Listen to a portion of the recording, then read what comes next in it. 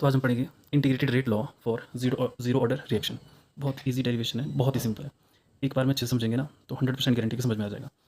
तो सबसे पहले हमें क्या करना है, कोई हमें कंसीडर करनी है, कंसीडर अ रिएक्शन जिसमें कोई ए रिएक्टेंट है वो किस में कन्वर्ट हो रहा है, प्रोडक्ट में। ठीक है, इसको मैं हाफ हाफ कर देता हूँ यहाँ से, फिर यहाँ पे पूरा इसमें आ जाएगा। अब देखो हमने क्या किया कि हमने मान लिया कोई रिएक्शन है जिसमें कोई रिएक्टेंट ए है वो कन्वर्ट हो रहा है पी में, है ना, पी बना रहा है। तो इसके लिए जो रेट ऑफ रिएक्शन है ना, रेट वाला एक्सप्रेशन, इसके लिए क्या बनेगा, एक तो बनेगा के और कॉन्सेंट्रेशन ऑफ ए, है ना। अब जीरो ऑर्डर है तो उसके लिए पावर क्या हो जाएगी, उसकी जीरो हो जाएगी। अब यहाँ पे ये जो स्क्वायर ब्रैकेट है ये बताता है कॉन्सेंट्रेशन और ए है रिएक्टेंट हमारा। ठीक है, अब हमें पता है कि किसी की भी जो पावर है अगर जीरो हो जाती है तो वो हो जाता है 1 के बराबर। तो यहाँ पे rate of reaction is equal to K into 1, मतलब के ही रहेगा। तो यहाँ पे आर ओ आर या फिर रेट ऑफ रिएक्शन क्या हो जाता है, कांस्टेंट के बराबर। इसका मतलब क्या है कि अगर हमारे पास जो रिएक्शन है वो जीरो ऑर्डर की है तो उसकी जो तो उस रिएक्शन की जो स्पीड है वो कॉन्सेंट्रेशन के ऊपर डिपेंड नहीं करती है। मतलब स्टार्टिंग से लेके एंड तक चाहे आप कॉन्सेंट्रेशन जितनी मर्जी चेंज करो, कॉन्सेंट्रेशन को बढ़ाओ घटाओ कुछ भी करो, लेकिन जो उस रिएक्शन की होने की स्पीड है वो कांस्टेंट रहेगी, वो चेंज नहीं होगी।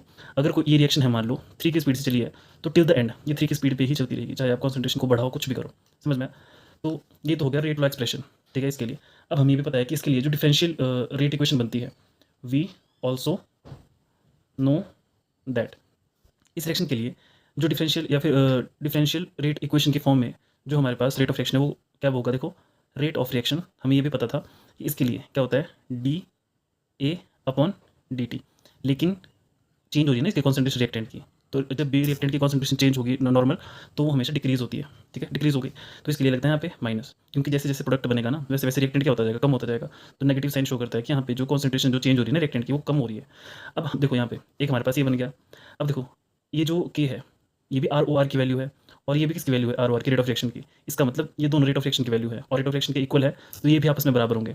फिर से देखो रेट ऑफ रिएक्शन इसके भी बराबर है, रेट ऑफ रिएक्शन इसके भी बराबर है। अब ये सेम टर्म है ना, इसका मतलब ये दोनों आपस में क्या होंगे, इक्वल होंगे। तो इनको कंपेयर कर देंगे हम, comparing the values of rate of reaction. ठीक है, तो यहाँ पे क्या आ जाता है, minus D A upon D T is equal to के।